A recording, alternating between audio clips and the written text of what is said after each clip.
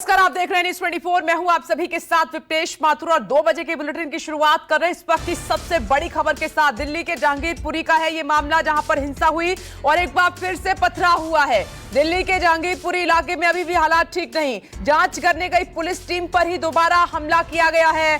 सोनू चिकना के घर गई थी पुलिस पूछताछ के लिए और उसी दौरान ये पत्थरबाजी हुई है। महिला से पूछताछ के दौरान पत्थरबाजी हुई। एक बार फिर से तनाव की स्थिति पूरे जहांगीरपुर इलाका छावनी में तब्दील है। पुलिस इन्वेस्टिगेशन कर रही है, फॉरेंसिक टीम भी वहां पर पहुंची है और इसी सिलसिले में खबर यह है कि सोनू चिकना फरार है। आरोपी वहां पूछताछ के लिए टीम पहुंची थी, महिला से पूछताछ की जा रही थी और उसी वक्त जो है वहां पर पत्थरबाजी हुई है। विमल कौशिक नजर बनाए हुए हैं। विमल, उससे पहले दीपक दुबे हमारे साथ मौजूद हैं। दीपक, आपके पास आ रही हूं। दीपक, ये क्या हो रहा है? छावनी में तब्दील है पूरा जहांगीरपुरी इलाका और जिंदगी पटरी पर लौट रही थी शनिवार के बाद अभी तक, तो ये क्या हो रहा है वहां? दीपक, और इसी के मद्देनजर अब यहाँ पर भारी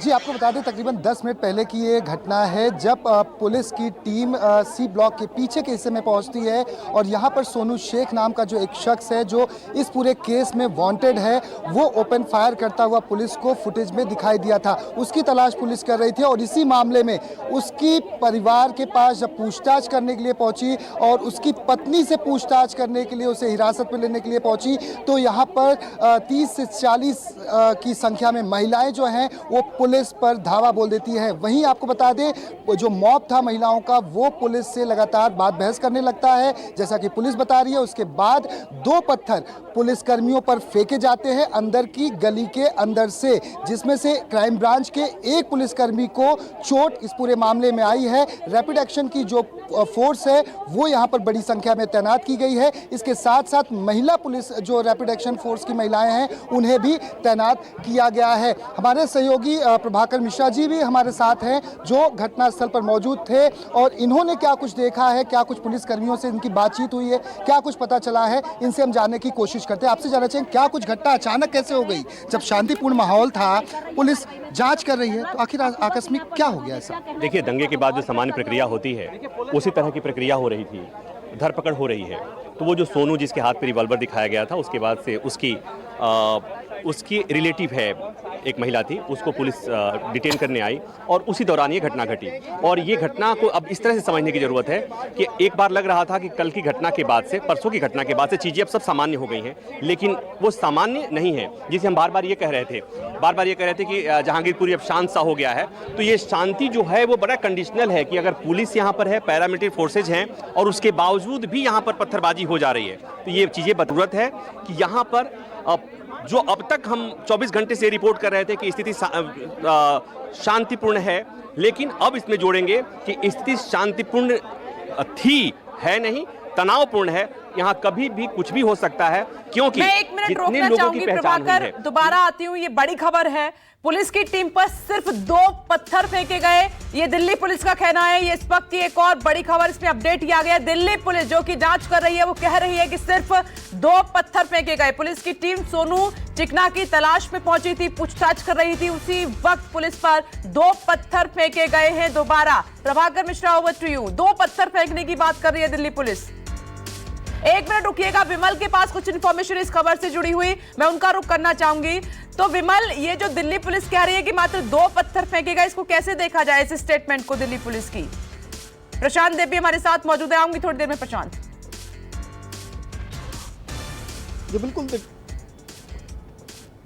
बिल्कुल, देखिए दिल्ली पुलिस शायद ये बताना चाह रही है कि मामला इतना ज़्यादा खराब नहीं हुआ जितना ज़्यादा दिखाया जा रहा है। दरअसल जब पुलिस वहाँ पर सोनू चिकना जो नाम का, जो जिसका भाई सलीम चिकना कल गिरफ्त में आया था पुलिस की, उसी ने उससे पूछताछ के बाद सोनू चिकना का नाम सामने आया और सोनू चिकना को ढूंढने के लिए पुलिस जब आज उसके घर पहुँची, वहाँ पर उसकी पत्नी थी, उसको हिरासत में लेकर पुलिस जब अपने साथ आ रही थी तो तभी किसी असामाजिक तत्व ने छत के ऊपर से 2 पत्थर फेंके, जिसमें से एक पत्थर जो है इंस्पेक्टर सत्येंद्र खारी जो हैं उनके पैर में लगा और उनके पैर में चोट लगी। उसके बाद वहां पर बड़ी संख्या में पुलिस बल पहुंचा है और फिलहाल स्थिति को संभाल लिया गया है। लेकिन एक और महत्वपूर्ण चीज़ इसमें यह है कि लगातार धरपकड़ जारी है और सोनू चिकना का नाम कल ही सामने आ चुका था। जो उसका भाई जब सलीम चिकना गिरफ्तार हुआ था, सलीम चिकना भी जो उसमें गोली चलाता हुआ दिख रहा था और उसका भाई सोनू चिकना भी गोली चलाता हुआ दिख रहा है। तो ये महत्वपूर्ण गिरफ्तारी हो सकती है सोनू चिकना की, इसीलिए पुलिस वहां पर लगातार दबिश दे रही है। जी ठीक है, विमल कौशिक आपके पास आएंगे, बने रहे। प्रशांत देव के पास कुछ इंफॉर्मेशन है। प्रशांत,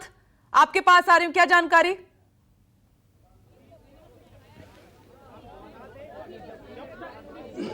अब देखिए विपनेश, ऐसा है कि मैं पहले आपको तस्वीरें दिखाना चाहता हूँ। ये देखिए पीछे थोड़ी तस्वीर देखिए, पूरा किस तरीके से खाली कराया गया है। जहाँ जो जगह खाली कराई है पुलिस ने, वहीं पे पथराव हुआ है।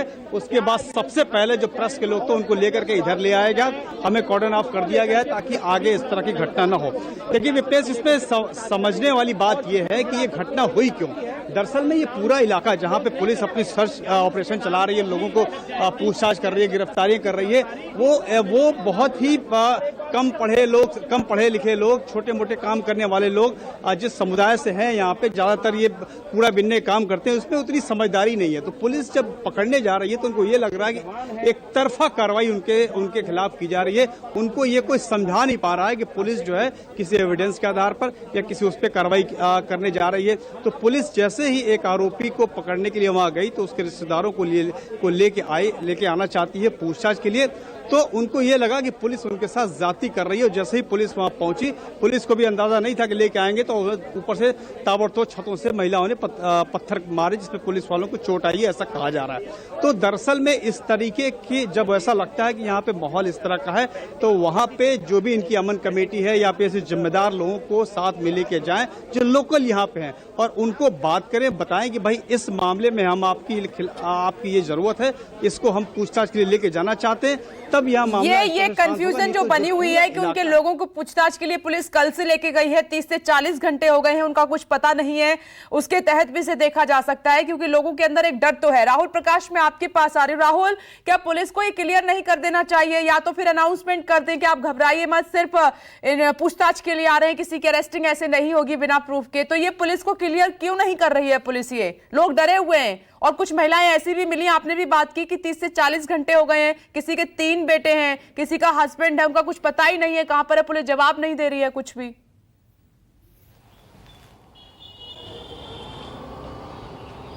देखिए, घटनाक्रम जिस तरीके का था, जिस तरीके का पथराव हुआ था, उसके बाद पुलिस मुस्तैदी से धरपकड़ कर रही थी। धरपकड़ उन जगहों से की गई थी जहां से फुटेज और तमाम एविडेंस कलेक्ट किए जा रहे थे। जो वीडियो फुटेज वायरल थी, उन वायरल के आधार पर जगह जगह छापेमारी कर रही थी। तो समय पुलिस के पास भी नहीं था, वो भी नहीं चाहते थे कि कोई इस मामले में जो शामिल है वो यहाँ से दूर जा पाए, इसलिए धरपकड़ होती थी। जहाँ रही बात समझाने की, अमन कमेटी से जो बात की जा रही है, जो अलग अलग समुदाय के लोगों से बात की जा रही है, उनको यही समझाया जा रहा है कि जो जाँच हो रही है वो सीक्वेंस ऑफ इवेंट और जो घटना के आधार पर और तथ्य के आधार पर की जा रही है, और अगर कोई गलत नहीं है उसमें तो उसको छोड़ भी दिया जाएगा। हालांकि कुछ लोग परेशान जरूर दिखे क्योंकि उनके बच्चों को लाया जा रहा है, लेकिन ये जरूर है कि उस घटना से जुड़े संबंधित जितने भी लोग हैं उनको नहीं छोड़ा जा रहा, उनको पूछा जा रहा है, क्योंकि जिस जगह घटना हुई थी उस जगह के आसपास के इलाके में जहां पुलिस मौजूद है अभी, उसके तमाम जो इलाके में लोग हैं वो रडार पर हैं। और यही वजह है कि जो क्राइम ब्रांच की टीम है, 14 टीमें जो हैं, वो अलग अलग जगहों से इकट्ठे होकर उन जगहों पर जा रही है जहाँ उन्हें सबूत मिल रहे हैं। और यही वजह है कि जिन जगहों पर पहुंची हैं वहाँ इस तरह की घटना, जहाँ रिटेलिएट जहाँ उनको हुआ है, 2 पत्थर की बात जहाँ आई, वो यही वजह थी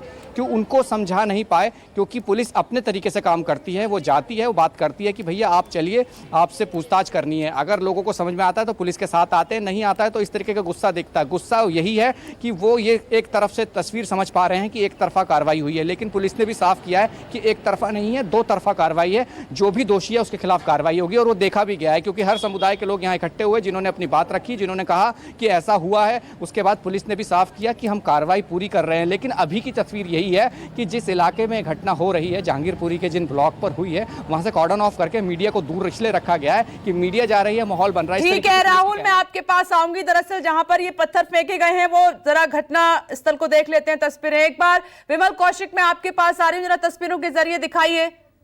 और उससे पहले दीपक दुबे आप दिखाइए, क्योंकि आप वहीं पर मौजूद हैं, तस्वीरों के जरिए हालात बयां करते रहिए।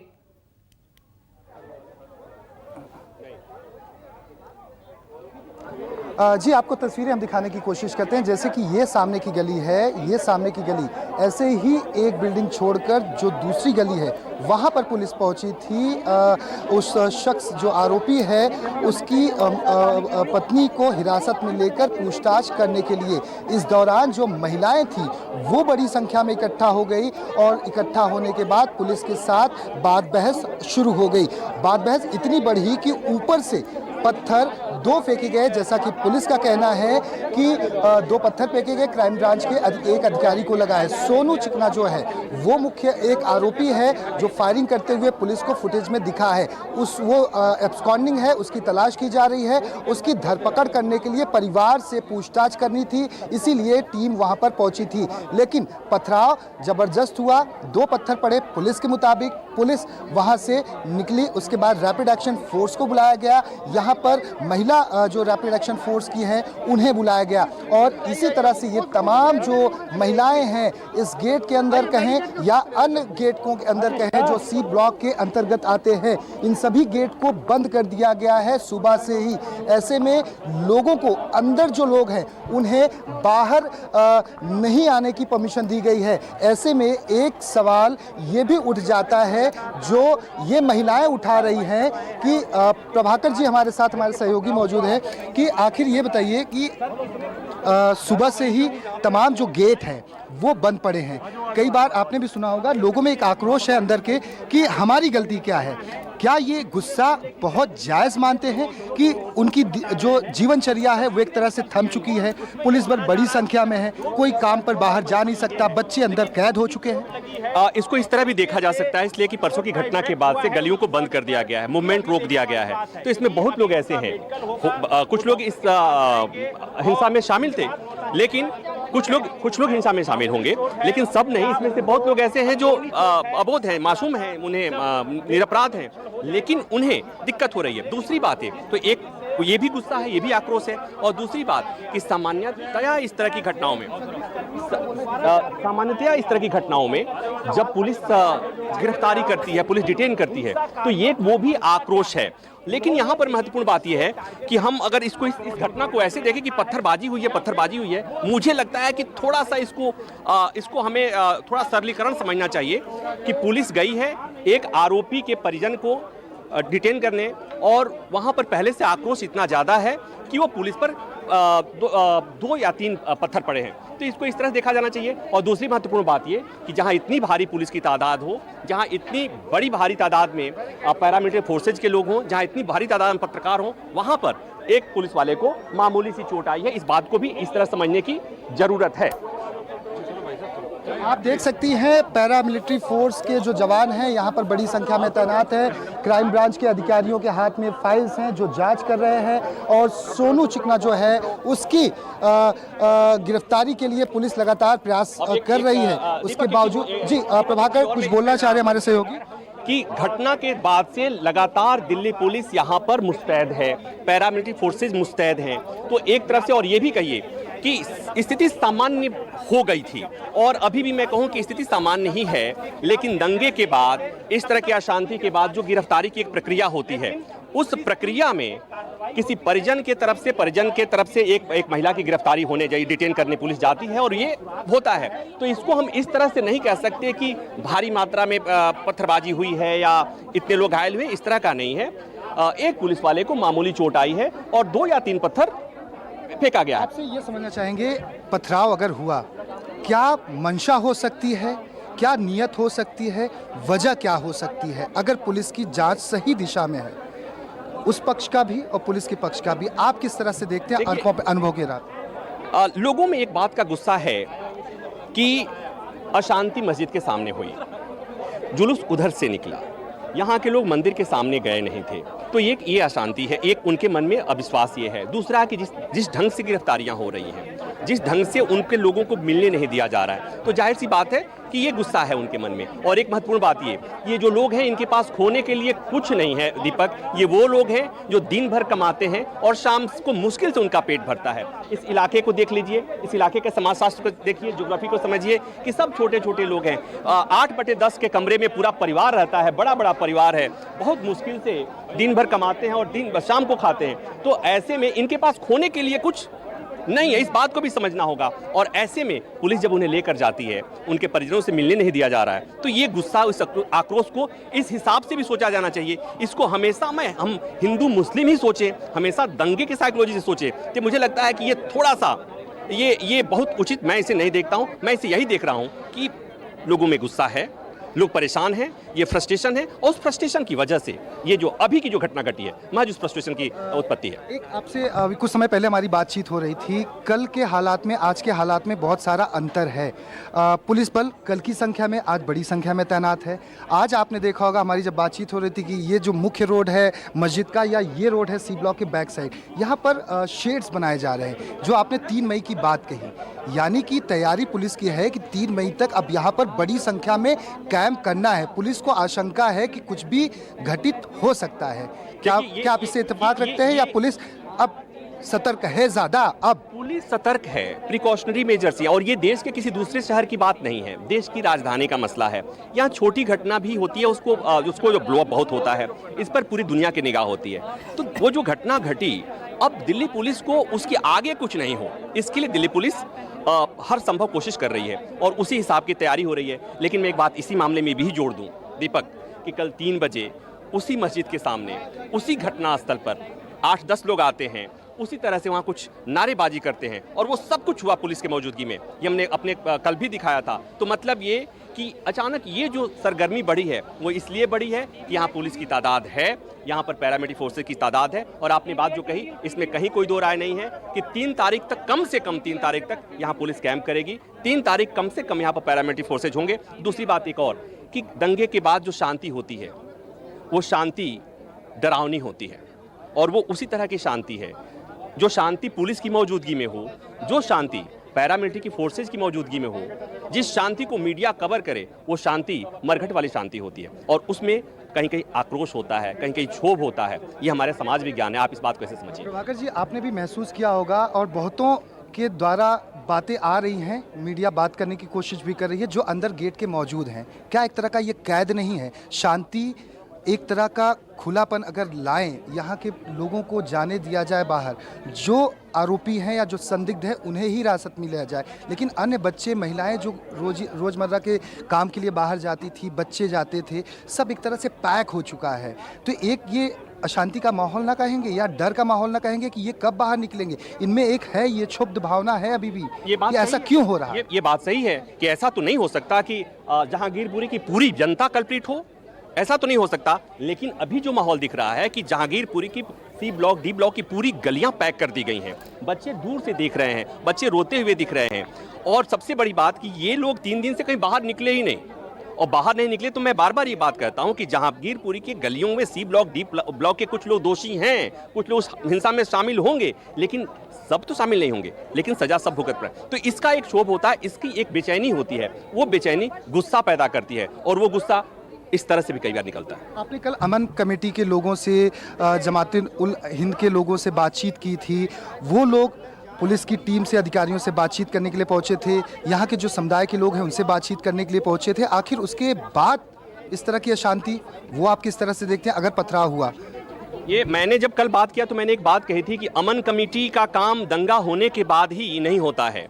अमन कमेटी का काम दंगा के पहले दंगा को कैसे रोकना है, या समाज में किस तरह से सौहार्द बढ़ाना है, ये काम करना है। कल अमन कमेटी के लोग दंगा होने के बाद आते हैं, और आज आपको कहीं अमन कमेटी के लोग नहीं दिखेंगे। अब टीवी कैमरे चल रहे हैं, हो सकता है कि अमन कमेटी के लोग आएँ, सफ़ेद कुर्ता, झक कुर्ता पजामा पहन करके आएँ, और टीवी में आके ज्ञान देंगे, बातें कहेंगे कि हम तो अपना काम कर रहे हैं। दरअसल अगर यही चीज़ें काम करती, सब लोग अपना काम किए होते, तो आज ये स्थिति नहीं आती। अमन कमेटी ने अपना काम ढंग से नहीं किया, पुलिस ने जो काम करना था वो ढंग से काम नहीं किया, दिल्ली की खुफिया व्यवस्था को जो काम करना था किसी ने काम नहीं किया। और दिल्ली के इस मामले में, कम से कम जहांगीरपुरी के मामले में, देश का सिस्टम, दिल्ली का सिस्टम कम से कम फेल रहा है। इस बात में कोई दो राय नहीं है, ये पूरी प्रशासन, पूरा अमला, पूरी यहाँ पर व्यवस्था ये करी हुई है कि एक जो गलती हुई थी उस गलती को के आगे बात न बढ़े, उसके लिए पूरी व्यवस्था की गई है। तो सिस्टम फेल हुआ है जहांगीरपुरी में, और मैं बार बार इसलिए कह रहा हूं कि ये तब हुआ है जब देश भर में रामनवमी को लेकर, देश भर में शोभा यात्रा को लेकर जगह जगह तनाव है। ऐसे में देश की राजधानी में चीजें हो जा रही हैं, तो ये कम शर्मनाक स्थिति नहीं है, क्योंकि यहाँ प्रधानमंत्री रहते हैं, यहाँ देश के गृह मंत्री बैठते हैं, और देश की एक भी, दिल्ली की कोई भी तस्वीर होती है अंतर्राष्ट्रीय सुर्खियां बनती हैं। तो आप इसको ऐसे समझिए कि दिल्ली की छोटी घटना बड़ी घटना कही जाती है, और ये सामान्य घटना नहीं है। सामाजिक सौहार्द हिंदू मुस्लिम के बीच बिल्कुल, आप प्रभाकर मिश्रा सही कह रहे हैं। दीपक दुबे, प्रभाकर मिश्रा, आप नजर बनाए रखिएगा। न्यूज़ 24 की टीम जहांगीरपुरी में ग्राउंड जीरो पर इस वक्त